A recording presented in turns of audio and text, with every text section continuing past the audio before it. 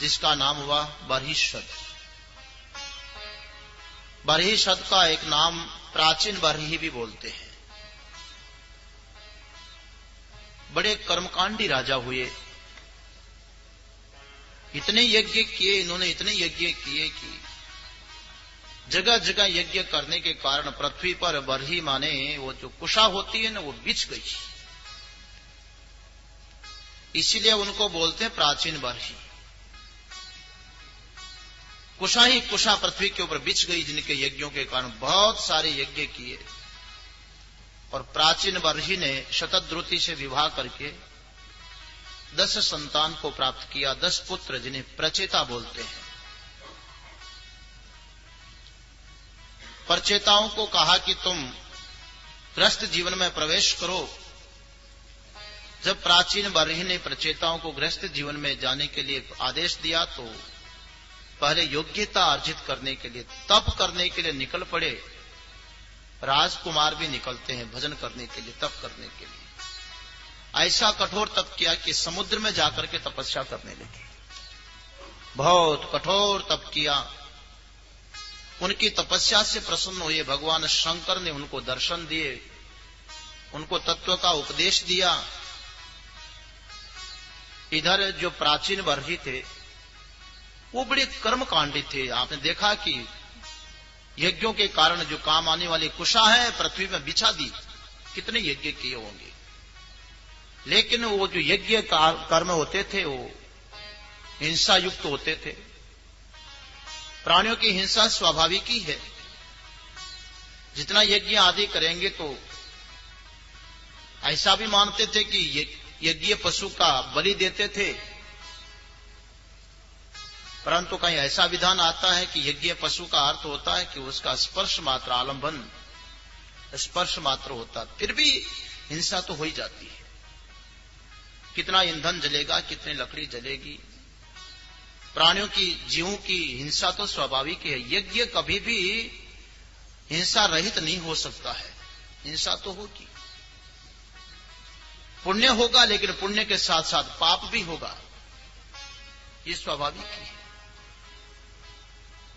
शरीर में भोजन करते हैं तो उस भोजन का जो अच्छा अंश है वो हमारे मन की पुष्टि करेगा, मध्यम अंश है शरीर की पुष्टि करेगा, लेकिन गंदगी भी तो होगी पैदा। इसी प्रकार से यज्ञ जो होगा वो अच्छा फल देगा, लेकिन पाप भी वहां पर होता है, अनिष्ट भी होता है। एक बार नारद जी महाराज ने विचार किया, इतने सारे यज्ञ करने वाला है राजा, इसको थोड़ा सच्चाई का उपदेश देना चाहिए। विचार आया और उनके पास गए। प्राचीन बरही ने नारद जी महाराज का बड़ा सम्मान किया। नारद जी महाराज उनको उपदेश देने लगे। नारद जी महाराज ने उन्होंने एक बार दिखाया, आकाश में हजारों ऐसे पशु थे जो उनके यज्ञ के द्वारा मारे गए थे। कहते हैं कि जैसा दृश्य देखा, हाथ में लोहे के हथियार लेकर के और जैसे मारने को उद्यत है, उन सबको देखकर दिखा करके नारद जी महाराज ने कहा, देखो राजन, तुमने जो यज्ञ किया उसमें यज्ञ में मारे गए पशु ये सब तुमको मारने के लिए तैयार है। किसी भी पशु को अगर मारते हैं तो बड़ा अपराध। मनुष्य स्मृति में आता है कि एक पशु को कोई अगर मारता है तो उसके शरीर पर जितने रोए होते हैं, बाल, उतनी बार उस मारने वाले को पशु बंधना पड़ता है और वो उसका बदला लेता है, मरने वाला जीव। मनुस्मृति में ऐसा आया। वो सारी बातें इनको समझाया नारद जी महाराज ने। आप यज्ञ तो करते हो, लेकिन कितनी हिंसा होती है इसमें, और किसके लिए करते हो? आपको भोग की आसक्ति तो है, स्वर्ग मिलेगा और सुख मिलेगा, लेकिन जो पाप हो रहा उसका भी तो फल भोगना पड़ेगा। देखिए, पुण्य और पाप का सिद्धांत यहां समझाया नारद जी महाराज ने। प्राचीन वर्ष कोई व्यक्ति पुण्य कर्म करता है, लेकिन साथ जो पाप कर्म होता है उसका भी तो फल भोगना पड़ेगा। पुण्य का भी फल मिलेगा, पाप का भी फल मिलेगा। किसी व्यक्ति ने अपने जीवन में 80 पुण्य किए और 20 पाप किए हैं।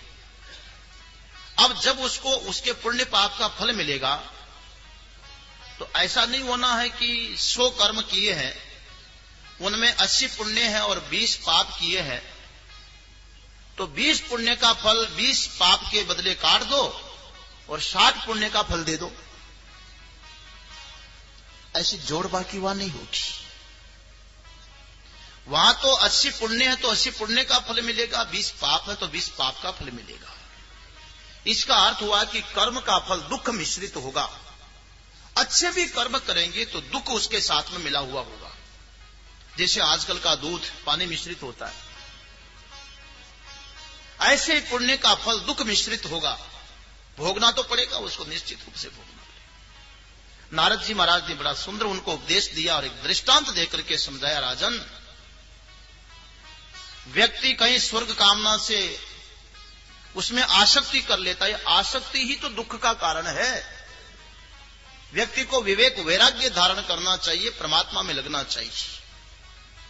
राजन, एक घटना याद आ रही है। नारद जी महाराज कहने लगे कि कोई राजा थे इस भारत खंड में, बहुत बड़े एक राजा हुए जिनका नाम था पुरंजन। और उस राजा के एक मित्र थे जिनका नाम था अज्ञात। हमेशा वो मित्र उनका हित चिंतन करते थे, लेकिन पुरंजन को मालूम ही नहीं कि मेरा हित चिंतन करने वाला कोई ऐसा घनिष्ठ मेरा मित्र है जो सदैव मेरा साथ मुझे देखता रहता है। उसका कभी भी विचार नहीं किया, लेकिन अज्ञात मित्र तो उसका हित चिंतन ही करता था। एक बार वो राजा पुरंजन कर्मभूमि भारत खंड में भ्रमण कर रहा था। इतने में एक नगर देखा जिसके 9 दरवाजे थे। 9 दरवाजे वाले नगर को देखा और उसके बाहर निकल करके देखता तो बड़ा सुंदर उपवन है। उस उपवन में भ्रमण करने लगा। इतने में भ्रमण करते समय एक सुंदर स्त्री दिखाई पड़ी। देखने से लगता अविवाहिता थी। उसके रूप सौंदर्य को देख करके पुरंजन अत्यधिक आसक्त हो गया और उसके पास में जाकर के मीठी मीठी बातें करने लगा। उसका परिचय पूछने लगा, तुम किसकी पुत्री हो, यहां कैसे भ्रमण कर रही हो, तुम्हारा विवाह हुआ कि नहीं हुआ, ऐसी बातें पूछने लगा। वो भी अपने हाव भाव से राजा को मोहित करने लगी। आखिर स्थिति वो ही कि दोनों का कौन सी मैरिज, समझ जाओ, लव मैरिज हो गई, शादी होगी दोनों की, प्रेम विवाह हो गया। राजा ने उस सुंदरी के साथ विवाह करके उसका नाम रख लिया पुरंजनी। वो पुरंजन था तो उसका नाम पुरंजनी। 100 वर्ष तक संसार का आनंद भोगा उन्होंने। एक दिन पुरंजन एक बहुत बड़ी सेना लेकर के और आखेट करने के लिए जंगल में निकला। जब आखेट शिकार करने के लिए जंगल में गया तो सेनापति को भी साथ में लिया। 11वां सेनापति था, उसको साथ में लिया। एक रथ लिया जिसमें 5 घोड़े लगे हुए थे और ऐसे जंगल में गया जिसको पंचप्रस्थ जंगल वन बोलते थे। उसमें आखेट करने के लिए राजा निकल पड़ा। आज राजा गए लेकिन पुरंजनी को बता करके नहीं गए, आखेट करने के लिए गए। जब इधर महल में पुरंजनी ने देखा कि राजा को मेरे से ज्यादा प्रेम है आखेट करने में, शिकार खेलने में, मुझे छोड़ करके चला गया, तो पीछे से पुरंजनी रूठ गई। जब राजा वापस लौट करके आए तो महल में देखते हैं कि रानी दिखाई नहीं पड़ती है, गई कहां। जो ही वापस इधर मुंह हुआ तो एकदम राजा को तो वही वो दिखाई पड़े, मन में उसी का चिंतन। अन्य सेविकाओं से पूछ करके जब उनके देखा कि दूसरे महल में जाकर के सो रही है रुष्ट होकर के, वो मनाने का जो ढंग है महाराज, हम सन्यासी उसका वर्णन नहीं कर पाएंगे, पर ऐसा मनाया पूछो मत। और पुरंजनी को खूब मना करके रिझा लिया, आखिर में तैयार किया उसने, प्रसन्न कर लिया, माफी मांगी, पैर पकड़ ली और उसे क्षमा याचना किया, ऐसी गलती कभी भी नहीं करूंगा। ऐसा करते करते करते उसके बहुत कुछ आयु निकल गई। एक दिन एक कोई चंडवेग नाम का गंधर्व राज था, उन्होंने उनके ऊपर आक्रमण कर दिया, पुरंजन के ऊपर आक्रमण कर दिया, देश पर बहुत बड़ी चढ़ाई की। लेकिन वो तो अच्छा हुआ कि उनके पास में कोई एक प्रजागर था, रक्षा करने वाला, 5 फन वाला सर्प। उसने जैसे तैसे उस चंडवेग से राजा को बचाया और बेचारा ऐसा जबरदस्त युद्ध करता रहा, वो 5 फन वाला प्रजागर उस गंधर्वराज के 720 जो अन्य योद्धा थे गंधर्व, उनके साथ में युद्ध करता रहा और 100 वर्ष तक करता रहा। वो तो पुरंजन तो ऐसे ही भोग विलास में लिप्त था, अच्छा हुआ कि प्रजागर ने उसकी रक्षा की। 100 वर्ष तक रक्षा करते करते आखिर वो भी बेचारा थक गया। एक बार भय नाव का यवन राज था, उसने फिर राजा पर और चढ़ाई कर दी। इस समय तो प्रजागर भी साथ नहीं दे पाया, रक्षा नहीं कर सका, और इस युद्ध में यवन राज के साथ में, भय के साथ में राजा की मृत्यु हो गई, पुरंजन मारा गया। जब पुरंजन राजा की मृत्यु हो गई तो उसका अगला जन्म तो होना ही होना था, लेकिन जन्म कहां होगा, कौन सा शरीर मिलेगा। मरने लगा तो राजा को पुरंजनी की याद आई, स्त्री की याद आई। यम यम वापी स्मरण भावम ध्रुव सिद्धांत है, जिस जिसको चिंतन करते हुए शरीर छोड़े उसी की प्राप्ति होती है। वो शरीर छूटा और मरा, मरने के बाद विदर्भ राज की कन्या के रूप में उसका जन्म हो गया। विदर्भ देश के राजा की पुत्री बना। अब वो पुत्री बनकर के, लड़की बनकर के, कन्या बनकर के आए। जब कन्या बड़ी हुई तो उनका भी विवाह होना था। पांडे देश के जो नरेश थे मलयध्वज, उनके साथ उसका विवाह हुआ। आखिर में जब मलयध्वज की मृत्यु हो गई, उस समय वो रानी बनी हुई जो थी फूट फूट करके रोने लगी, राजा के बिना रोने लगी। एक ब्राह्मण आया और ब्राह्मण आकर के उस रानी को उपदेश करने लगा, समझाने लगा, और उस ब्राह्मण से ज्ञान पाने के बाद वो रानी मुक्त हुई। बहुत संक्षिप्त करके मैंने आपको बताया। ये कथा किसी अन्य पुरंजन की नहीं है। पुर में रंजन करने वाला, पुर कौन है? ये हमारा शरीर। पुरम एकादश द्वारम अजस्या वक्र चेतस। ये जो हमारा शरीर है ये पुर है, इसमें ही रंजन करने वाला, इसी में मजा लेने वाला, इसी में भोग करने वाला, इसी में शादी करने वाला, अपनी दुनिया रचने वाला, ये पुरंजन जीव आत्मा है। और इस जीव आत्मा ने नगर से बाहर देखा, माने ऐसी जो सुंदर कन्या है शरीर से बाहर भी निकल जाती है। देखो ये शरीर छूट जाएगा लेकिन कन्या शरीर के बाहर भी रहती है। बुद्धि, जब प्राण शरीर छूटता है ना तो सूक्ष्म शरीर निकल करके जाता है। गीता का 15वां अध्याय पढ़ लेना। जब ये जीव जाता तो अकेला नहीं जाता, पूरा समूह लेकर के जाता है। ग्रहित वैतानि संयाति वायुर्गंधानि वाशयात। मन, इंद्रिया, बुद्धि सबको लेकर के निकलता, माने ये शरीर के बाहर भी निकल सकती है।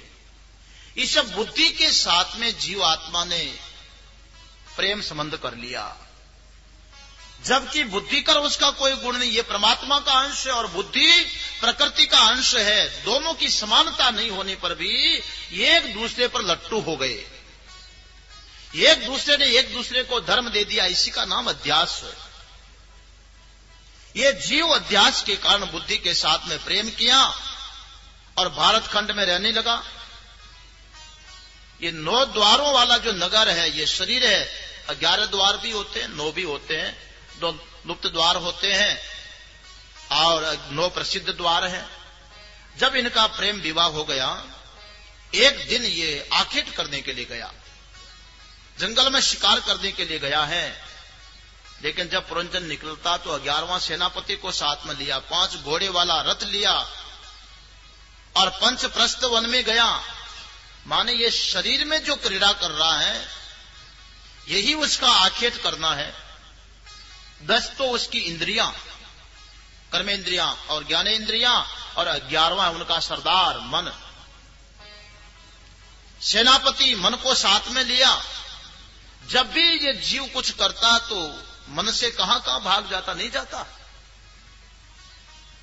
अगर मैं घड़ी दिखा दूंगा तो पता नहीं कितने जल्दी घर पहुंच जाओगे।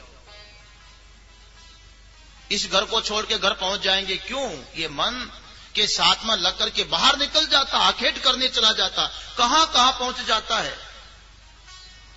5 घोड़े वाला रथ लिया है साथ में,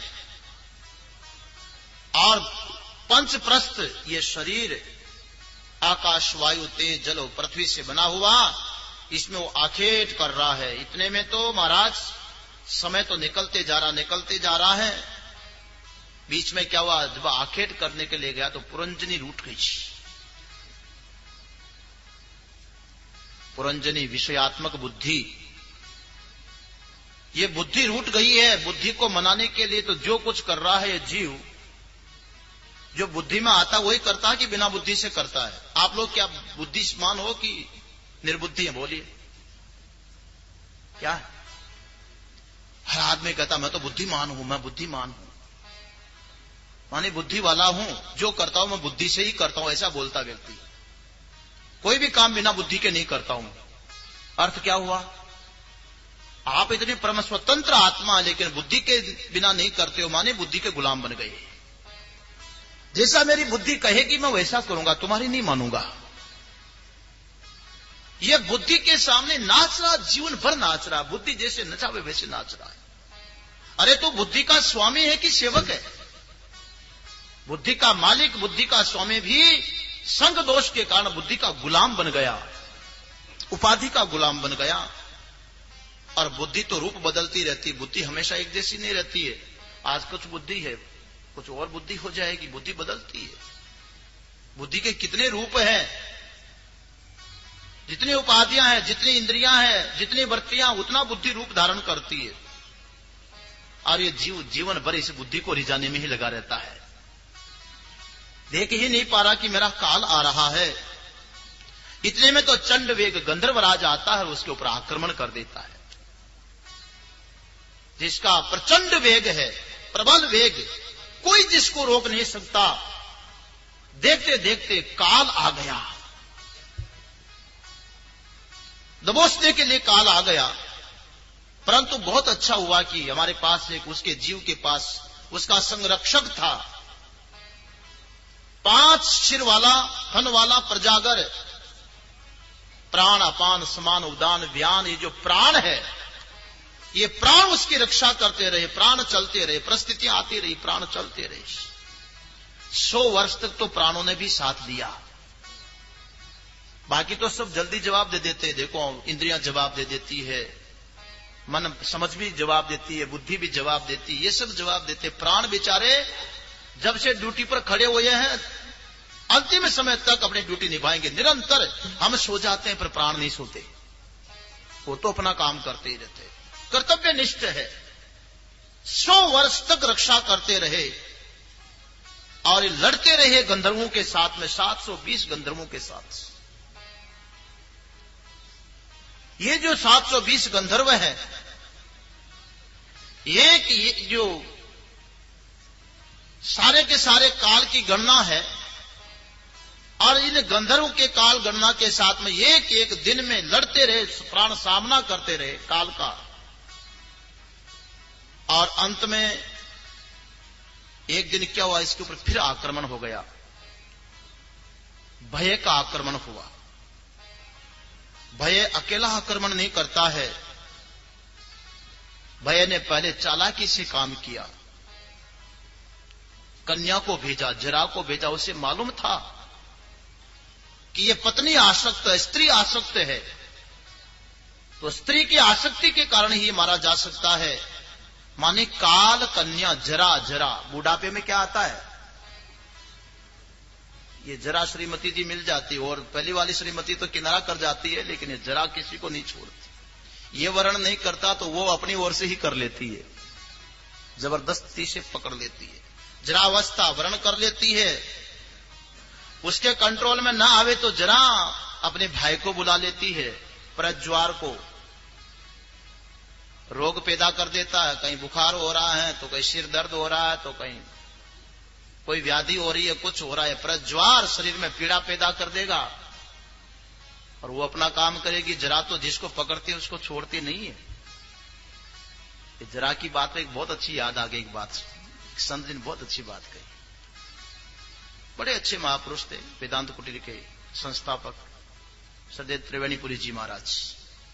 विवेकी पुरुष तो डरे नहीं, लेकिन ये तो पुरंजन न डर रहा है। एक बार हम वो जब अस्वस्थ थे तो दर्शनों के लिए गए, काफी उम्र थी। मैं, स्वामी मोहनानंद जी महाराज और मेश्वरान जी तीनों ही बैठे थे पास में। महाराज जी को देखा, बड़े प्रसन्न थे।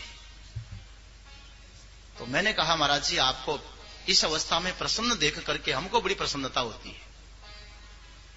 तो स्वामी जी कहने लगे, जगदीशपुरी जी अगर मैं इस समय प्रसन्न नहीं रहूंगा तो मेरी जवानी वापस तो आएगी नहीं।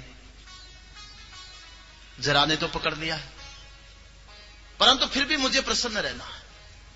ये मेरा कुछ नहीं बिगाड़ेगी, शरीर पर प्रभाव डालेगी, लेकिन जो पुरंजन है, पुर में रंजन करने वाला, उसको तो जरा पकड़ेगी। अज्ञानी को तो जरा छोड़ेगी नहीं। प्रज्वार भाई भी साथ में आएगा और आक्रमण करेगा। आखिर में उसे भय रूपी यवन राज के द्वारा ही ये मारा जाता, भयभीत हो जाता है। हाय अब कैसे होगा, ये रोग कैसे मिटेगा, ये चिंता लगते लगते आखिर में उसको मरना पड़ा। मरते समय इस जीव की वही दशा होती है जो चिंतन करते करते गया। स्त्री का शरीर मिला, फिर भी वो बुद्धि के साथ में ही संबंध हो गया, माने मुक्त नहीं होगा। फिर भी संसार में बंध गया, मुक्त होने वाला नहीं है। विदर्भ राज की कन्या के रूप में प्रकट हुआ, कहीं न कहीं शरीर धारण किया, फिर वहां विवाह किया, फिर संबंध जोड़ा। वो तो वहां जाते जाते अच्छा हुआ कि कोई भगवान की कृपा हुई, कोई ब्राह्मण मिल गया। किसको मिला? ये रानी बन गई उसको। जीव बुद्धि रूप ही हो जाता, बुद्धि के धर्मों को ही अपने में मान लेता है। बादरायणी व्यास ने ब्रह्मसूत्र में लिखा, तदगुण सारत्वात् तो तद व्यपदेशम प्राज्ञवत्। ये जीव के स्वरूप में उपाधि ही प्रधान हो जाती है।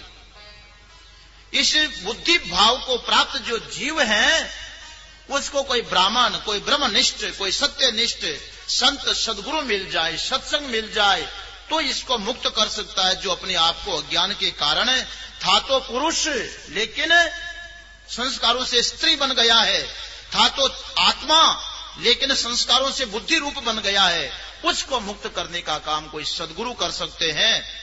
नारद जी महाराज उपदेश दे रहे। महाराज बाबा तो बाबाओं के उपदेश देंगे ना। नारद जी महाराज ने पुरंजन को उपदेश दिया और उनका उपदेश पाकर के पुरंजन मुक्त हुआ।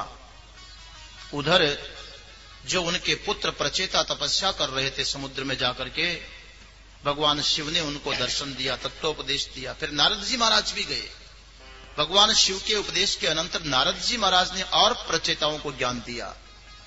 माने भगवान के ज्ञान देने से भी गुरु ज्ञान का बड़ा महत्व हुआ। नारद जी महाराज ने प्रचेताओं को तत्व का उपदेश दिया, वो भी मुक्त हो गए और वो भी मुक्त हुए। माने जब भी व्यक्ति मुक्त होगा तो सत्संग से ही होगा, महापुरुषों के संग से ही होगा, और कोई भी मुक्ति का उपाय है ही नहीं। नहीं तो बुद्धि और जीवात्मा ऐसे उलझे पड़े हैं, उलझे। ये बंधन सत्संग से ही कर सकता है। जय जय राधा रमण गिरधारे, गिरधारे श्याम बनवारे। जय जय राधा रमण गिरधारे, गिरधारे श्याम बनवारे। जय जय राधा रमण गिरधारे, गिरधारे श्याम बनवारे। जय जय राधा रमण गिरधारी, गिरधारी श्याम बनवारी।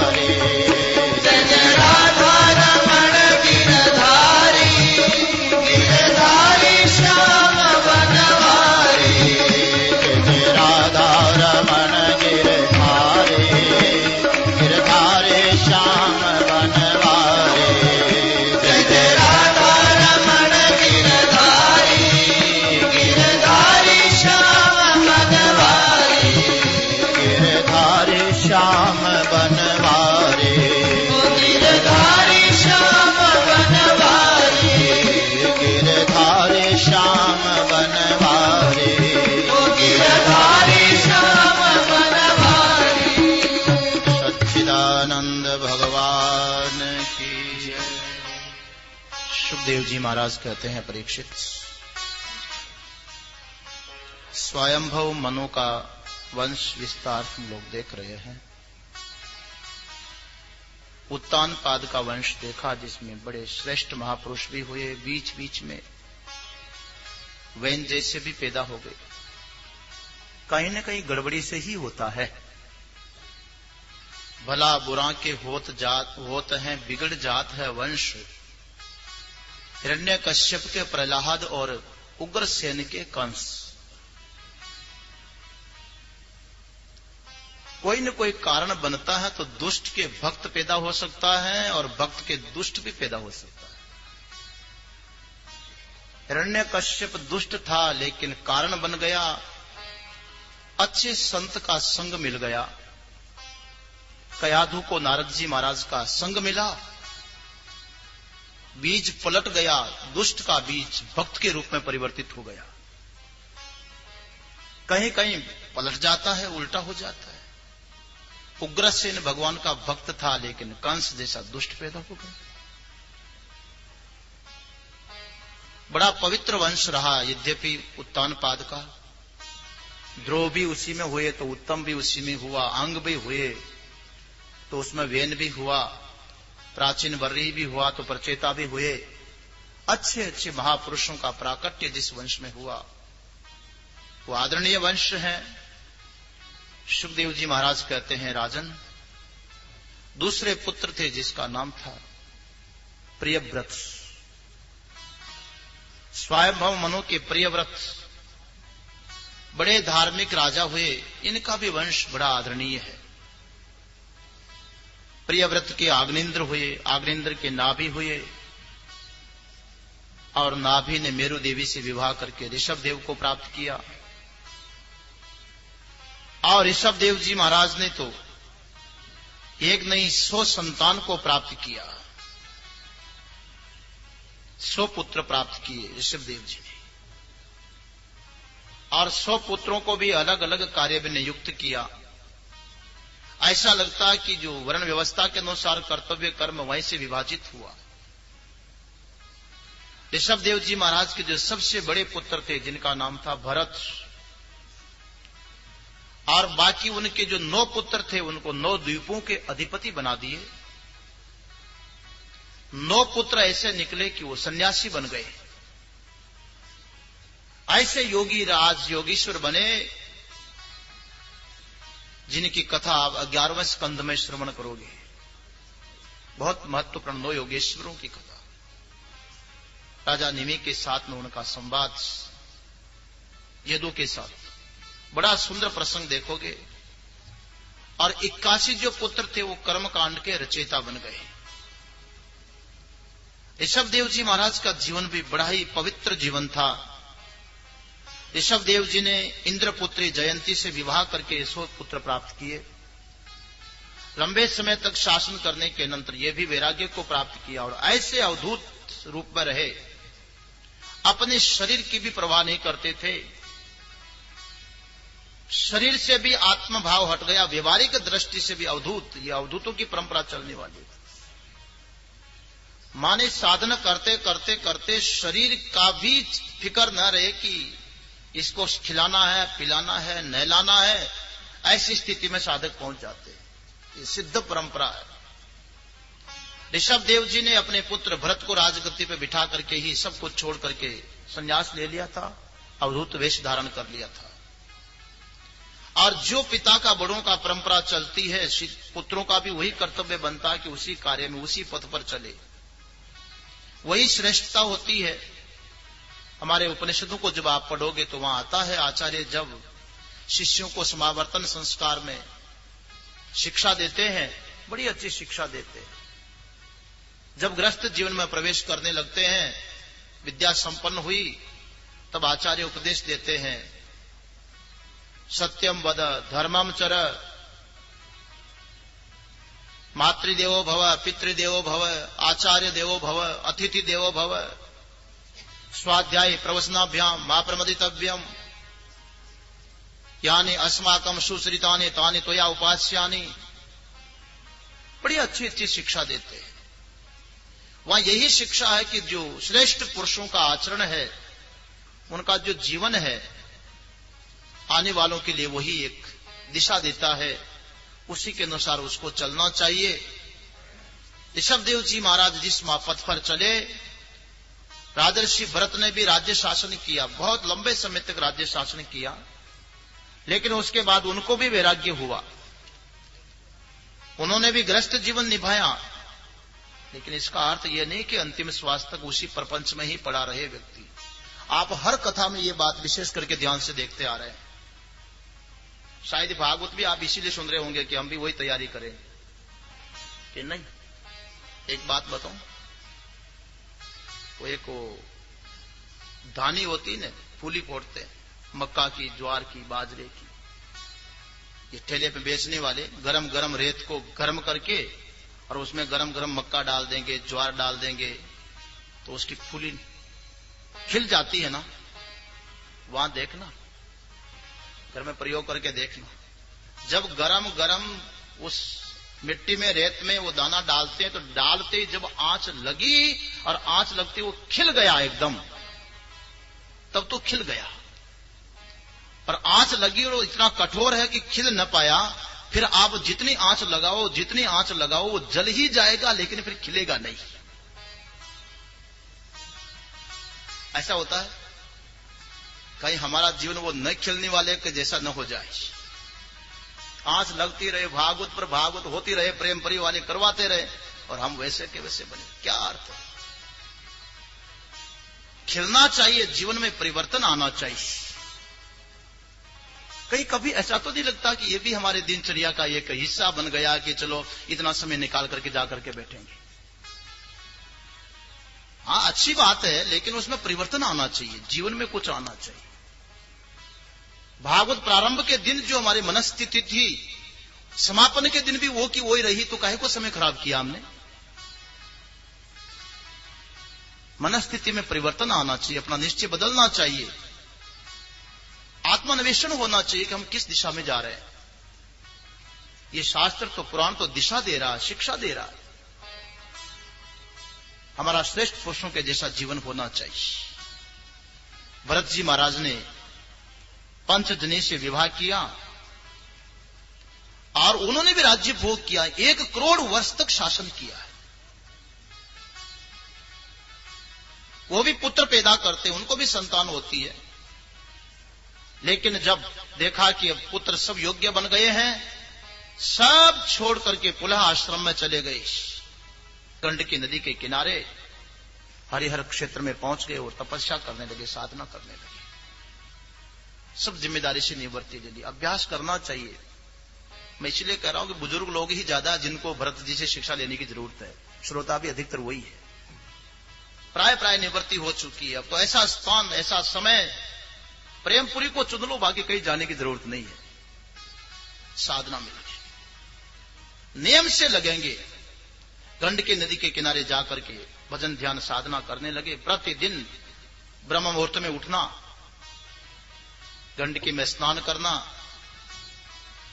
दुर्वा आदि पूजा सामग्री एकत्रित करना, प्रभु विग्रह की पूजा करना, नाम जप करना, प्राणायाम करना, ध्यानस्थ होकर के बैठना, ऐसी दिनचर्या बन जाती है। महाराज समय मिलता ही नहीं है।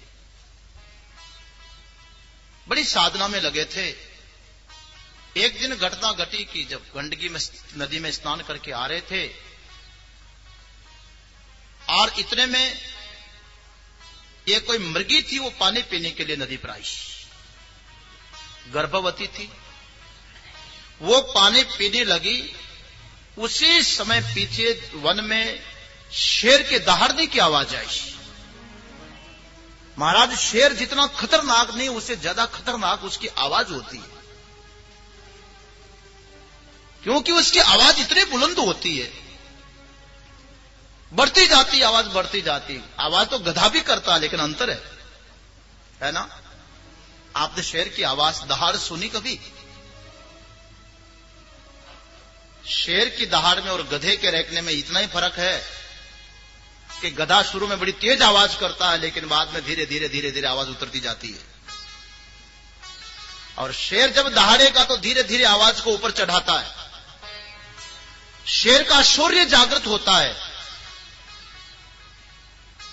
शेर में संकट आ जाता, विपत्ति आती है ना, पूंछ दबा करके कभी भी नहीं भागेगा, सामना करेगा। वो भयावह जो शेर था, उसके दहाड़ने की आवाज आई, मृगी तो कांपने लगी, भयभीत हो गई। आवाज ही ऐसी होती। शेर तो शेर है ना। हमारे गुरुजी बड़ी एक अच्छी बात बताते थे, सुना देता हो। चलो अब निकल जाएंगे, ज्यादा पीछे नहीं है। बहुत अच्छी बात बताते थे। बोले कोई आदमी है, अच्छा काम करके आया और उसकी पीठ थपथपा करके बोले, शाबाश मेरे शेर, तुमने तो कमाल कर दिया। आदमी खुश होगा कि नहीं? और किसी को कोई काम किया दिया, वो नहीं कर पाया, कोई बात समझाई नहीं समझ पाया, क्या कहोगे? गधे, कितना समझाता हो इतना भी नहीं समझा है? गधा बोलो तो बहुत मुश्किल है। गधे की बात पर बात आई। हमारे सत्यानंद जी ने बड़े चुटकुले सुनाते, हारमोनियम पर बैठते, बड़ा अच्छा चुटकुले सुनाते। ये कोई मास्टर जी एक बच्चे को बहुत समझाया क्लास में, लेकिन उसको समझ में नहीं आई। मास्टर बेचारा हैरान हो गया, कैसे से पाला पड़ गया। डंडा लेकर के पीटने लगे। गधे कहे का, अच्छे अच्छे गधों को भी मैंने इंसान बना दिया, पर तू नहीं समझता। कई गधों को मैंने इंसान बनाया है। इतने में कोई उसी समय कोई आदमी स्कूल की बाउंड्री के पास से निकल रहा था। उसने सुन लिया कि अरे मास्टर जी को तो गधों को इंसान बनाना भी आता है।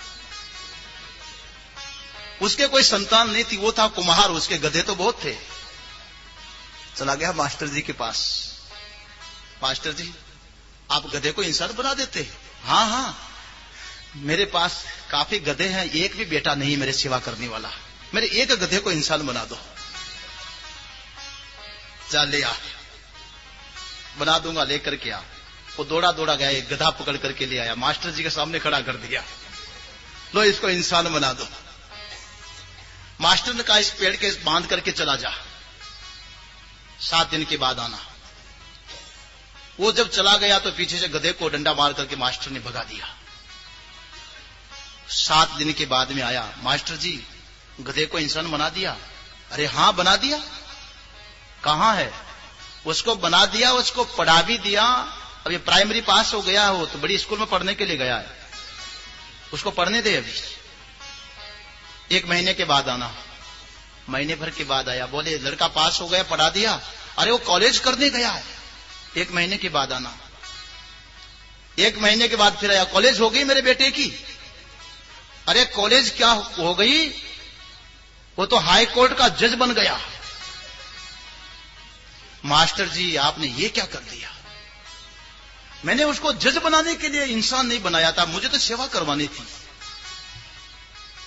मैं उसको जज नहीं रहने दूंगा, मैं तो सेवा करवाऊंगा। मेरा गधा बहुत अच्छा था, मैं तो उससे सेवा लूंगा, मेरे बुढ़ापे में कोई सेवा करने वाला नहीं है।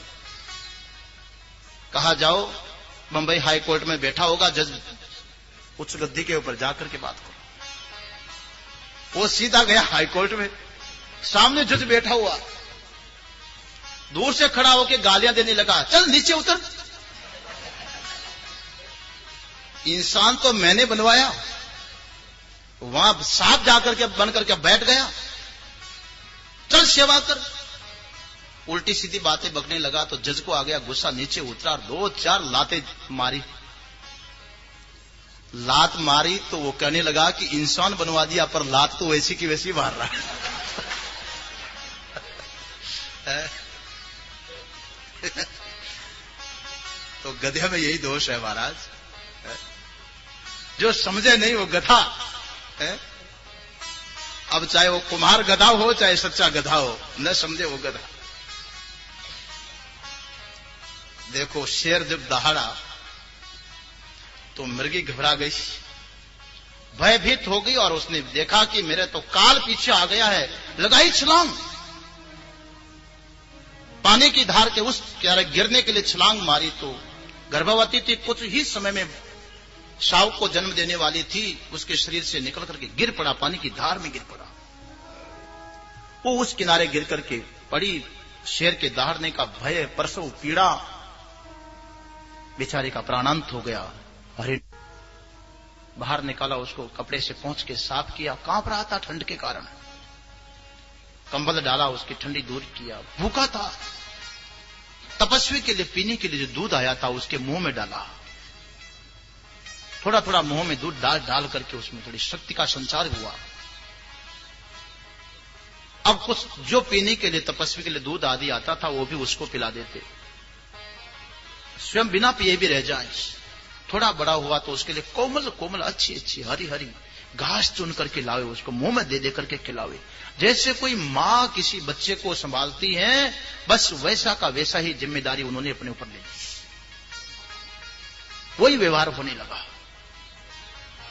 धीरे धीरे बड़ा हुआ तो जब समझने लगा मृग, तो उसने यही सोचा कि शायद यही मेरी मां, यही मेरा पिता है, यही मेरा सर्वस्व है, कुछ दूसरा देखा ही नहीं। वो तपस्वी के इर्द गिर्द घूमने लगा, उनके पास में बैठ जाए, शरीर से कसने लगे, कभी उनके सिर को सूंघने लगे। अब तपस्वी जब पूजा की सामग्री लेने जाते हैं तो भी साथ साथ लेकर के जाते हैं, पीछे से कोई शेर आदि आकर के इसको खत्म न कर दे। ध्यान अवस्था में भी बैठते तो भी विक्षेप होने लगा। आंख बंद किया, सोचते मैं ध्यान अवस्था में बैठूं और पीछे से कोई मृग को कोई उठा करके शेर आदि न हिंसक जानवर न ले जाए। बड़ी सब प्रकार से चिंता रहने लगी। और जब वो अपनी क्रीड़ाएं करता था, उनके सामने इर्द गिर्द घूमता था, उनकी आंखों में जो चमक और प्यार दिखाई पड़ता था, समझते थे देखो इसको पशु को भी कितनी समझ है। वही वो उसी का चिंतन, जहां प्रभु का चिंतन होना था वहां मृग का चिंतन होने लगा। आयु के अंतिम दिनों में तो गए ही थे, थोड़े दिनों में तो प्रारब्ध पूरी होनी थी। जब भरत जी महाराज के शरीर छूटने का समय आया तो वो चिंता होने लगी, अब मेरा शरीर रहेगा नहीं, इसका क्या होगा, इसका कौन है।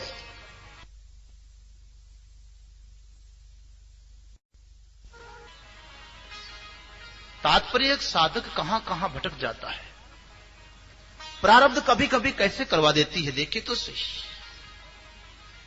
जब शरीर छूटने लगा, और मैं बता रहा था आपको एक दिन प्रक्रिया की, जब शरीर छूटता तो व्यक्ति बेहोश होता है। कई लोग पूछते हैं एक्सीडेंट में तो बेहोश होने का समय नहीं मिलता है, कुछ क्षणों के लिए प्रक्रिया वो भी हो जाती है। जब बेहोश होता है तो उस समय उसके सारे कर्म और संस्कारों की फिल्म देखता है, रील उसके सामने से घूमती है। जीवन भर जो कर्म और संस्कार उसने अर्जित किए हैं उन सब को देख रहा है। जितने भी पूर्व जन्मों के भी कर्म संस्कार वो सब उसके सामने आते हैं। सारे के सारे संचित कर्म और संस्कारों को देख लेता उस समय। उन्हीं ही कर्म और संस्कारों में से जिनका विशेष अभ्यास होता है वो भावी जीवन की प्रारब्ध बन जाते हैं। उनमें से ही, संचित कर्मों में से ही। उदाहरण के लिए आप समझिए, आप कुंभ मेला तो देखा, कुंभ मेले में हजारों संत शाही यात्रा स्नान के लिए जाते हैं। अब मान लीजिए कभी आपका जाना नहीं और यहां टेलीविजन के ऊपर आप देख रहे हैं संत लोग शाही स्नान में निकले हुए हैं। कोई रथों पर बैठे हैं, कोई पैदल चल रहे हैं, कोई कीर्तन कर रहे हैं। उन सारे हजारों संतों में से कोई ऐसे संत जो प्रेमपुरी में आते हैं, आप उनसे अच्छी तरह से परिचित हैं, ज्यादा प्रेम है, घनिष्ठता है। अचानक बोल पड़ेंगे, अरे अरे वो हमारे स्वामी जी जो प्रेमपुरी में आते हैं ये। अब याद रखेंगे 6 महीने के बाद जब प्रवचन के लिए आएंगे तो कहेंगे महाराज आपके दर्शन तो हमने कुंभ मेला में किए, तुम लोग आए थे? नहीं नहीं महाराज आ तो नहीं पाए, लेकिन हमने टेलीविजन के ऊपर आपको देखा था। इतने पर साथ वाला महात्मा बोलता है, जब तो मुझे भी देखा होगा, मैं भी स्वामी जी के पास में खड़ा था। महाराज क्षमा करना, आपको देखा तो होगा पर याद नहीं है। पास में थे तो देखा होगा, याद नहीं है, लेकिन स्वामी जी की तो अच्छी तरह से याद है। अब बताइए, पास वाले महात्मा को भी कुंभ मेला में देखा टेलीविजन पर और स्वामी जी को भी देखा, दो में से एक की याद रह गई, एक की नहीं रही। क्यों? देखे तो दोनों को, एक की याद इसलिए रही कि उनसे ज्यादा परिचय था, आपका विशेष संबंध था, साथ वाले को जानते हैं महात्मा है, लेकिन आपका विशेष संबंध उनसे नहीं जुड़ा, तो उसकी याद नहीं रही। महात्मा रूप से आप जानते कि ये संत है। इसी प्रकार से जितने भी कर्म हैं, सामान्य परिचय वाले कर्म तो निकल जाएंगे, लेकिन महात्मा के परिचय के समान जिन कर्मों का ज्यादा ही परिचय कर लिया, जिन संस्कारों का ज्यादा ही संस्कार डाल दिया, अमिट संस्कार पड़ गए, वो हमारे अंतःकरण में टिक जाते, बाकी निकल जाते। जैसे ये कैसेट बन रही है ना, इसके ऊपर दूसरी कैसेट भी बन सकती है। पहली वाली दब जाएगी, दूसरा चित्र आ जाएगा, शब्द आ जाएगा, वो दब जाती है। वैसे जिसका ज्यादा संस्कार है वो हमारे अंतःकरण वो ऊपर टिक जाते हैं सबके सब अंतःकरण में, सूक्ष्म शरीर में, लेकिन ज्यादा परिचय वाले वो ऊपर आ जाते हैं, फल देने के लिए तैयार हो जाते हैं। वही कर्म अगले जीवन की प्रारब्ध बनते हैं। जब राजर्षि भरत ने वो स्थिति को प्राप्त किया तो मृग का चिंतन ज्यादा था, इसलिए उनके अंतःकरण में मृग भाव टिक गया, और मृग भाव टिकने के कारण जब शरीर छूटा तो वो मृग के संस्कार उसको मृगी के पेट में ले गए, और वहां मृग होकर के पैदा हुए। अब भटक तो गए, आए थे हरि भजन को, ओटन लगे, कपास की स्थिति हो गई, किसके लिए निकले थे, लेकिन क्या हो गया। मगर तपस्या ऐसी थी कि उस जीवन में भी याद रही कि मैं तपस्वी था, संस्कार बिगड़ने के कारण भटक गया, सारे जीवन मृगियों के झुंड ग्रुप से भी अलग ही रहता था। जब वो प्रारब्ध पूरी हुई, उसके बाद फिर उनका तृतीय जन्म हुआ आंगिरस गोत्र में। ऐसे ब्राह्मण कुल में जन्म हुआ जो संपूर्ण समदम आदि सद्गुणों से संपन्न परिवार था। ऐसे ब्राह्मण कुल में उनका जन्म हुआ, मगर वो भरत जी महाराज विचार करते थे कि अब मैं कहीं आसक्ति नहीं करूंगा, धोखा खा चुका हूं, एक बार ठोकर लग चुकी है, कहीं भी आसक्ति नहीं करूंगा, बस अपने में ही रहना है। शरीर तो प्रारब्ध से मिला, लेकिन वो उस समय की साधना तीसरे जन्म में निष्ठा प्रदान करवा दी। अब कोई साधना नहीं कर रहे, न मृगी शरीर में साधना हुई, न अभी कोई साधना। साधना तो उस जीवन की है, मगर साधना व्यर्थ नहीं गई, बीच में प्रतिबंध आ गया, साधना वही थी, अपने निष्ठा में रहे, असंग होकर के रहते थे, कुछ किसी में प्रवृत्ति में भाग ही न रहे।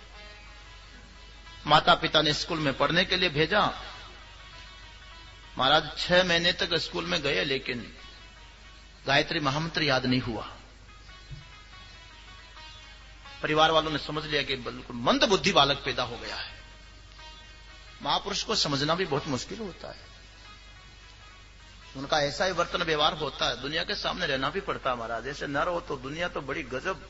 ओहो, श्रद्धेय अखंडानंद जी महाराज ने एक बड़ा अच्छा उदाहरण दिया। बोले किसी ने भगवान की भक्ति की, आराधना किया, किसी देव को प्रसन्न किया, और देव प्रसन्न होकर बोलते हैं कि तुम वरदान मांग लो। वो संत था, उसने वरदान मांगा कि महाराज ऐसी कृपा करो कि मेरे से लोग सुखी हो जावें, मैं जिस पर अनुग्रह करूं वो निरोगी हो जावें। भगवान ने वरदान दे दिया, जाओ तुम अपने शरीर के रक्त की एक बूंद किसी के नाक में डाल दोगे तो उसका सारा रोग समाप्त हो जाएगा। वह महाराज बड़ी कृपा हुई। अब कोई दुखिया जीव आवे, रोगी आवे, तो अपने ही शरीर में से रक्त निकाल करके उसके नाक में डाल दे, रोगी की नाक में, तो सारा रोग समाप्त हो जाएगा। एक का रोग मिटा, उसने दूसरे को बताया, दूसरे का मिटा, तीसरे को बताया, चौथे को बताते बताते हजारों रोगी आ गए। अब शरीर का रक्त खत्म होने लगा, कमजोरी आ गई, दर्द होने लगा, तो आखिर में महात्मा घबरा करके भागने लगा। रोगियों ने महात्मा को पकड़ करके पेड़ के बांध दिया, सुई डाल डाल करके सारा रक्त निकाल दिया। दुनिया तो ये है महाराज, अपने स्वार्थ के लिए कुछ भी हो सकता है, इसलिए महापुरुष कभी कभी अपने को छुपा करके रखते हैं, वो अपनी स्थिति में रहते हैं। भरत जी महाराज अपनी ऐसी स्थिति में निष्ठा में है कि जैसे पागल की तरह, मंद बुद्धि की तरह रहने लगे। माता पिता को बड़ी चिंता लगने लगी, हाय हम चले जाएंगे, मेरे बेटे को कौन संभालेंगे, भाई तो सब स्वार्थ के होते हैं, कौन संभालेगा। मरते मरते मां बोल करके भी गई भाइयों से कि तुम बच्चे का ध्यान रखना, ये मंद बुद्धि है। लेकिन कौन ध्यान रखने वाला था। जब माता पिता चले गए, अब तो घर में बहुएं आ गई, भाइयों से झगड़ा करने लगी। दिन भर बैठा रहता, करता कुछ नहीं, थाली भर के रोटी खाता है, काम धाम कुछ करता नहीं। कुछ काम में लगाओ इसको, ये जैसा कर सके वैसे में लगाओ। भाइयों ने सोचा और तो कुछ नहीं कर पाएगा, ये खेती का काम कर सकता है। उसको काम बता दिया, भाई तुम एक काम करो, खेत में जो नहर का पानी आता है वो खेत में मोड़ दिया करो और बैठ जाया करो, मामूली सीधा सा काम। भाइयों ने कहा तो भरत जी महाराज चले गए और वहां पर खेत के मेड़ पर बैठ जाते। जब याद आ गई तो पानी मोड़ दिया, नहीं तो जा रहा पानी खेत में। वो ज्यादा प्रवाह किसको थी, आ गई या तो मोड़ दिया। खाने पीने का भी जैसा तैसा लूका सूखा जो मिल जाए वो खा लिया। एक दिन खेत की मेड़ पर बैठे हुए थे, उसी समय एक घटना घट गई। पास ही में बहुत बड़ा जंगल था, उस जंगल में डाकू लोग रहते थे, छुप करके जैसे चंबल की घाटियों में रहते। उन डाकुओं का जो सरदार था, किसी देवी से मनोत किया था कि अगर मेरे अमुक डकैती में सफलता मिल जाए तो मैं तुम्हें एक नरबलि चढ़ाऊंगा। उसको सफलता हो गई। आप अपने सरदारों से कहने लगा कि कोई ऐसा मनुष्य ढूंढ करके लाओ जिसकी नरबलि चढ़ाई जाए।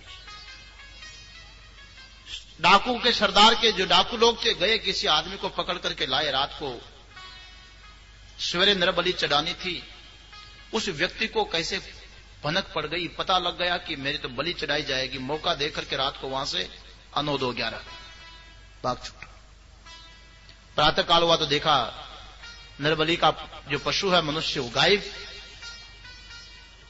वो सरदार को बड़ा क्रोध आया, तुमने संभाल के नहीं रखा, उसको बांध के रखना था, जाओ कोई बढ़िया देख करके लाओ, दूसरा और ढूंढ के लाओ। वो सरदार गए तो यही भरत जी महाराज खेत की मेड़ पर बैठे हुए थे और लंबा चौड़ा हट्टा कट्टा शरीर। चिंता किस बात की जो शरीर कमजोर हो जाए। शरीर को तो चिंता खाती है ना। चिंता ज्वाला शरीर की जीवत ही को खाए, जैसे भट्टी कास की भीतर ही धुंधवाई। वो शीशा बनाते हैं ना, तो अंदर अंदर ही इतनी हिट दी जाती है, अंदर ही अंदर आंच होती है। चिंता भी अंदर ही अंदर जलाती रहती है, खोखा कर देती है। अब भरत जी महाराज को कैसी चिंता थी, वो तो मस्त। माल खाने से मोटा नहीं होता है आदमी, निश्चिंतता से होता। जैसा मिल गया शरीर को, चिंता थी नहीं। दे दीप्यमान मूर्ति, कोई वासना जिसके भीतर नहीं, चमक।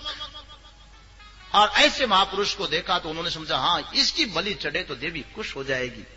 जाके हाथ पकड़ लिया, चलो। भरत जी खड़े हो गए, चल दिए। महाराज न जीने की आकांक्षा है, न मरने की गम है। ले गए डाकू के सरदार ने भी देखा, हाँ नरबलि तो इसकी चढ़ेगी, देवी खुश हो जाएगी। अब बलि का समय आया, उनको स्नान करवाया, उपटन लगाई, अब बढ़िया बढ़िया माल खिलाया। तो भरत जी महाराज ने खा भी लिया, श्रृंगार भी हो गया, देवी के सामने खड़ा कर दिया।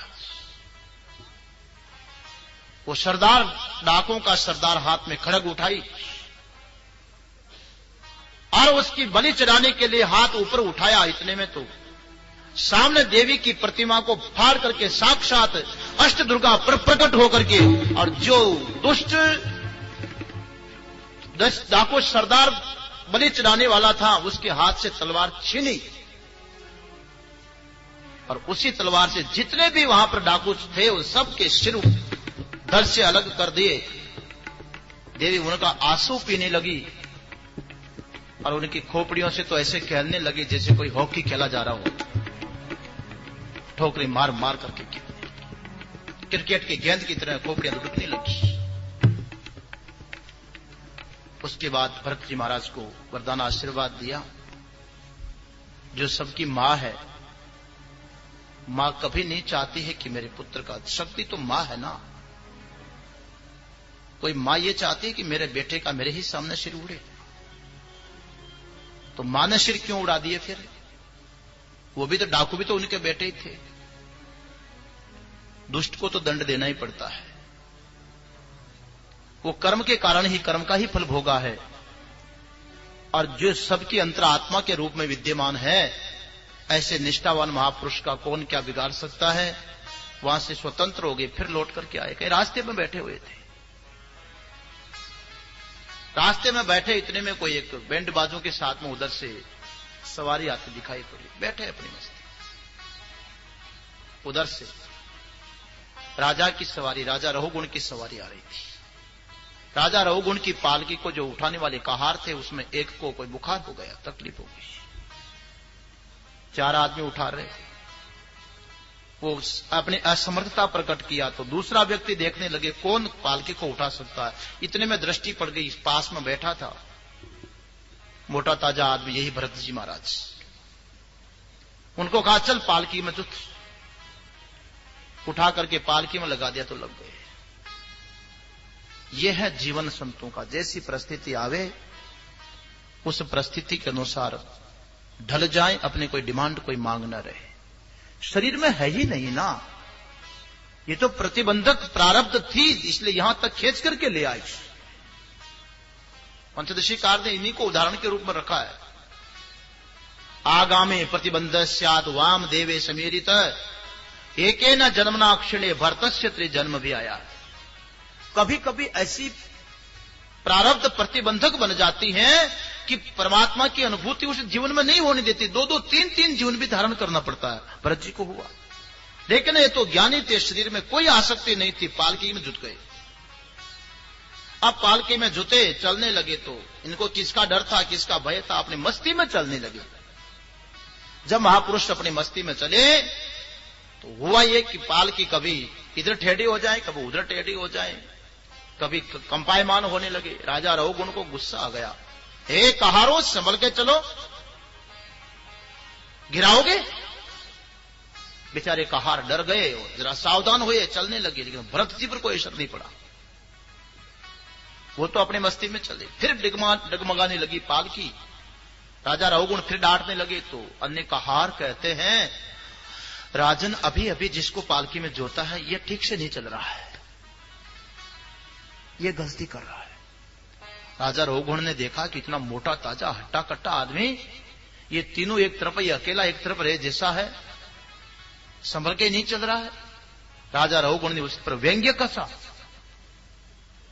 व्यंग्यात्मक भाषा में बोले, अरे हाँ हाँ ठीक है, मुझे मालूम है तुम बड़ा दुबला पतला आदमी है, कमजोर है, और बहुत दूर से उठा करके लेकर के आ रहा, तू भी क्या करे, तेरा क्या दोष है। कोई बात नहीं, थोड़ी दूर ले चल, फिर छोड़ देंगे तुझे, थोड़ी हिम्मत साहस रख। ऐसा व्यंग्यात्मक भाषा में बोलने लगे। भरत जी कुछ नहीं बोले, कैसे भी बोलो, वो तो अपनी धुन में जो चल रहे हैं चल रहे हैं। थोड़ी देर आगे गए, फिर भी कोई परिवर्तन नहीं हुआ तो रहुगुण को गुस्सा आ गया, ठीक चलता है कि नहीं, नहीं चलेगा तो अभी तुझे मैं ठीक कर दूंगा। तब भरत जी महाराज धीरे से बोलते हैं कि राजन मुझे क्या ठीक करोगे, आप ही ठीक हो जाओ तो ठीक है, मुझे क्या ठीक करोगे। राजा रहुगुण को आश्चर्य हुआ, ऐसा जवाब देने वाला आदमी तो देखता नहीं है, मैं राजा बैठा हुआ हूं ऊपर, किसको जवाब देता। भरत जी महाराज कहते हैं, मुझे तो कोई राजा नहीं दिखाई पड़ रहा है, मैं इतना मोटा बड़ा राजा तो मैं नहीं दिखाई पड़ रहा हूं।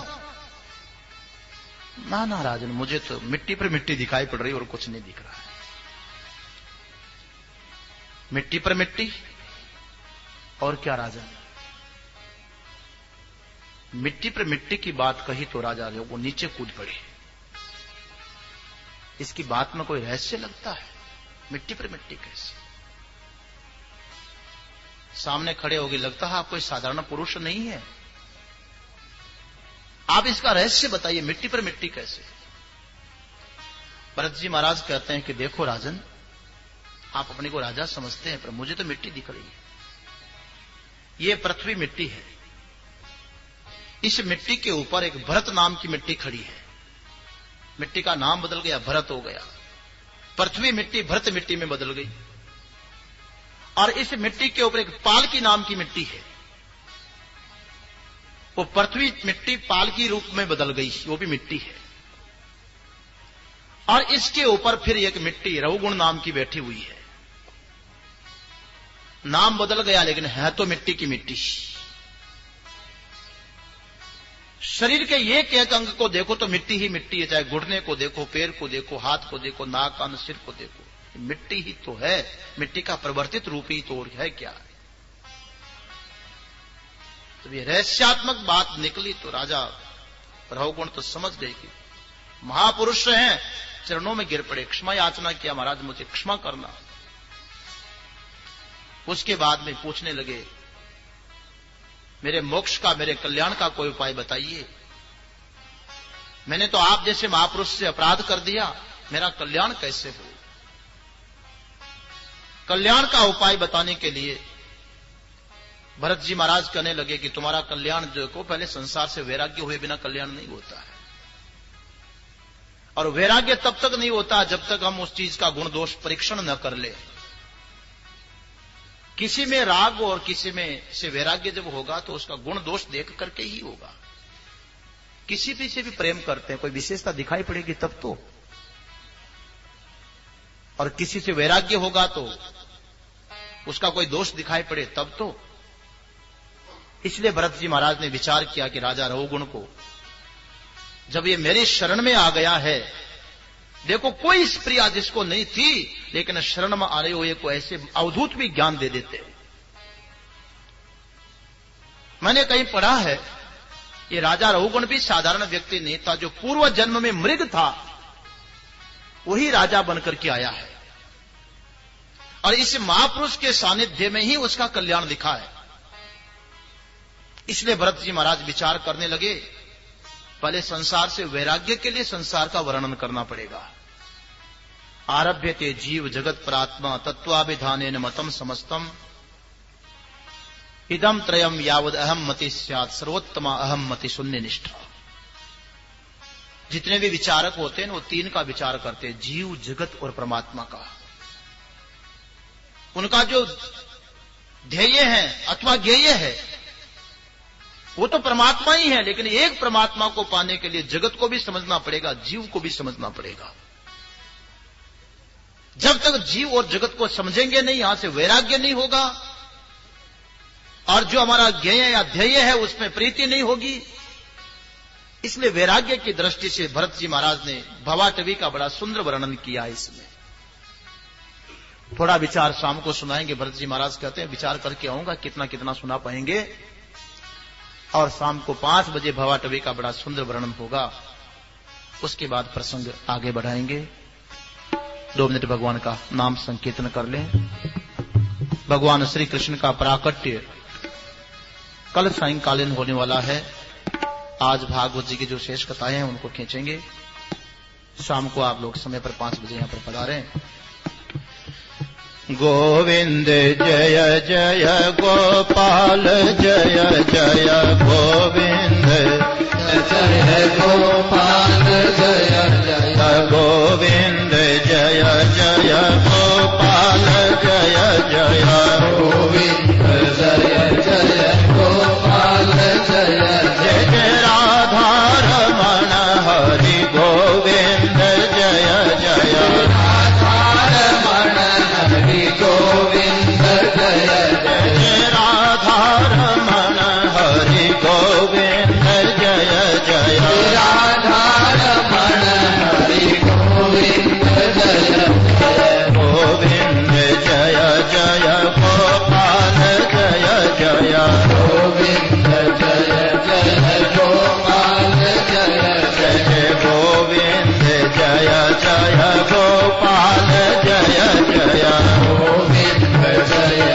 जय गोपाल जय जय राधा रमण हरि गोविंद जय जय राधा रमण हरि गोविंद जय जय राधा रमण हरि गोविंद जय जय राधा रमण हरि गोविंद जय जय गोविंद जय जय गोपाल जय जय गोविंद जय जय गोपाल जय जय गोविंद जय जय गोपाल